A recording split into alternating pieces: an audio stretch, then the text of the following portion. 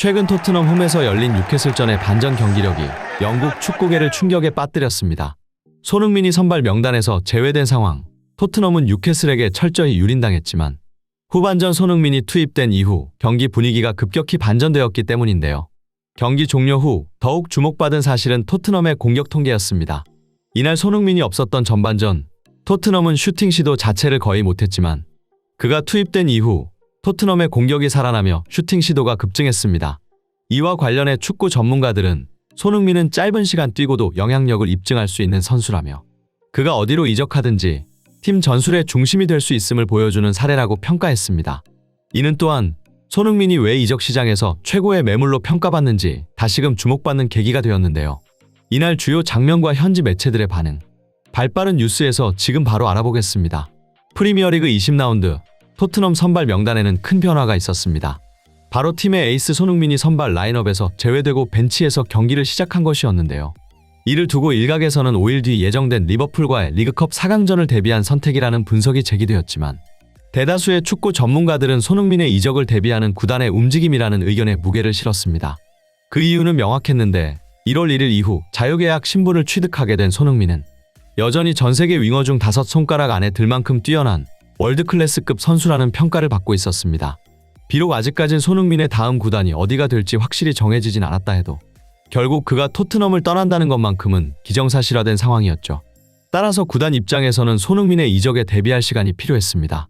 가장 소중한 자산인 손흥민을 보호해 원활한 이적을 도모해야 했고 또한 손흥민의 부재 속에서 토트넘이 얼마나 경쟁력을 발휘할 수 있을지 실험하겠다는 의도가 엿보였죠. 그러나 결과적으로 이러한 실험은 대실패로 끝나고 말았습니다. 손흥민이 빠진 토트넘은 조직력과 창의성이 모두 실종된 채 그야말로 오합지졸이나 다름없었습니다. 우선 이날 공격진에서는 브레넌 존슨이 측면에서 크로스와 돌파 시도 자체를 못하며 경기를 뛰고 있는지 알기 어려울 만큼 처참한 경기력을 선보였습니다.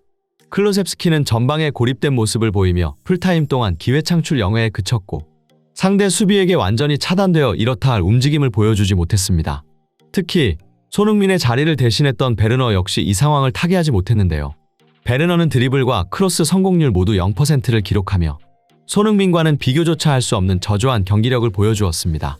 그는 상대 수비를 흔드는 돌파나 결정적인 패스는커녕 공을 잡고도 불안정한 볼터치로 공격의 흐름을 계속 끊는 모습을 보였죠.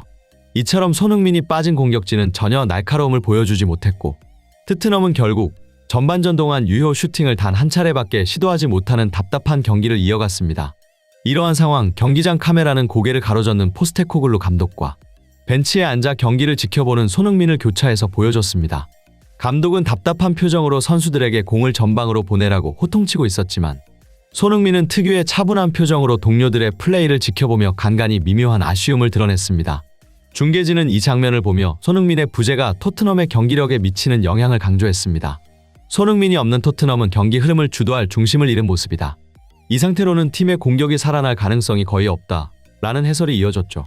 SNS로 경기 실황을 중계하던 팬들 역시 손흥민의 빈자리를 뼈아프게 느낀다는 의견을 쏟아냈습니다.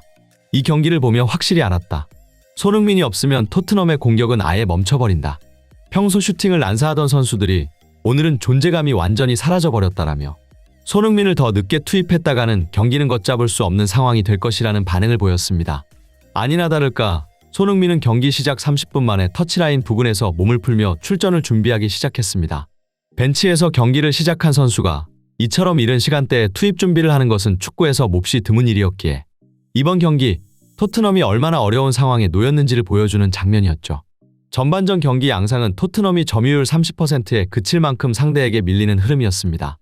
그럼에도 두 차례의 결정적인 역습 기회가 있었지만 솔랑키는 연계 타이밍을 놓쳤고 베르너는 허무하게 볼을 빼앗기며 기회를 무산시켰습니다. 이 장면을 지켜보던 팬들은 만약 역습 상황에서 손흥민이 있었다면 최소한 한 골은 넣었을 것이라며 답답함을 표했습니다. 후반전 손흥민이 투입되자 경기의 흐름은 놀라운 속도로 바뀌기 시작했습니다. 그간 정체되어 있던 토트넘의 공격이 활로를 찾기 시작하며 슈팅 시도가 단번에 늘어났고 상대 수비진은 손흥민의 움직임에 혼란을 겪는 모습이 역력했죠. 손흥민은 투입 직후부터 공간을 창출하며 동료들에게 결정적인 패스를 연결했고 특히 측면에서의 날카로운 돌파는 상대 풀백들을 당황하게 만들었습니다. 투입 3분 만에 손흥민의 패스가 절묘하게 박스 안으로 연결됐으나 클로셉스키의 터치가 너무 길어 기회가 무산되었습니다. 그러나 이 장면은 손흥민이 경기장을 장악하며 토트넘의 공격을 이끄는 모습을 잘 보여준 장면이었죠. 이러한 변화가 나타난 이유는 분명했습니다. 기존 토트넘 선수들은 뉴캐슬의 강한 압박에 허둥대며 공을 전진시키지 못했지만 손흥민은 특유의 침착함과 압박 대처 능력으로 상대를 무력화했던 것이죠. 그는 낮은 위치에서부터 공을 전진시키며 단순한 패스가 아니라 공격의 활로를 직접 열어갔습니다. 특히 측면에서 뉴캐슬 수비진을 압도하는 손흥민의 돌파는 경기의 흐름을 완전히 바꿔놓았는데요. 그는 공간을 창출하며 뉴캐슬의 조직적인 수비를 흔들었고 결정적인 순간 절묘한 패스로 메디슨에게 완벽한 슈팅 기회를 만들어냈습니다. 그러나 메디슨의 슈팅은 골대를 아슬아슬하게 벗어나며 팬들의 탄식을 자아냈죠. 하지만 이날 진짜 워스트 플레이어는 단연 브레넌 존슨이었습니다. 후반전 손흥민을 중심으로 만들어진 여러 차례 좋은 기회가 나왔음에도 존슨은 크로스 타이밍이 늦거나 정확하지 못해 공격 기회를 잇따라 날려버렸는데요. 특히 82분경 손흥민이 뉴캐슬의 뒷공간을 완벽히 공략하며 날카로운 역습을 이끌어낸 장면은 토트넘 팬들에게 극한의 아쉬움을 선사했습니다.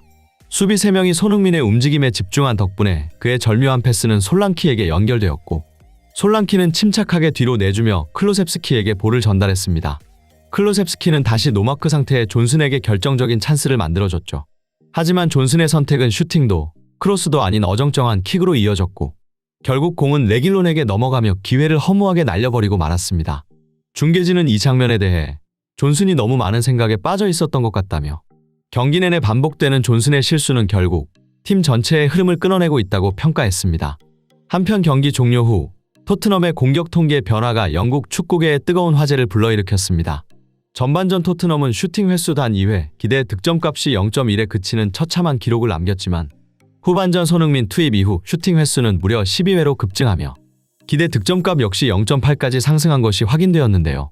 축구 전문가 마이클 오원은 이를 두고 소위 말하는 킬패스, 즉 득점과 직접적으로 연결되는 찬스 메이킹에 있어서 현재 프리미어리그 선수 그 누구도 손흥민 이상으로 우월하다고 말할 수 있는 이가 없을 정도로 손흥민이 경기에 관여하는 빈도가 지극히 높다고 평가했습니다.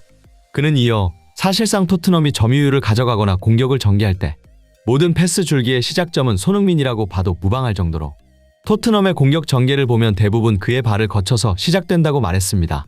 즉 토트넘의 전반전과 후반전 극명한 경기력 변화를 이끌어낸 것은 바로 손흥민이었으며 동료들의 부진과 이상한 전술 속에서도 손흥민은 독보적인 활약을 펼치며 팀을 완전히 다른 모습으로 변모시켰습니다.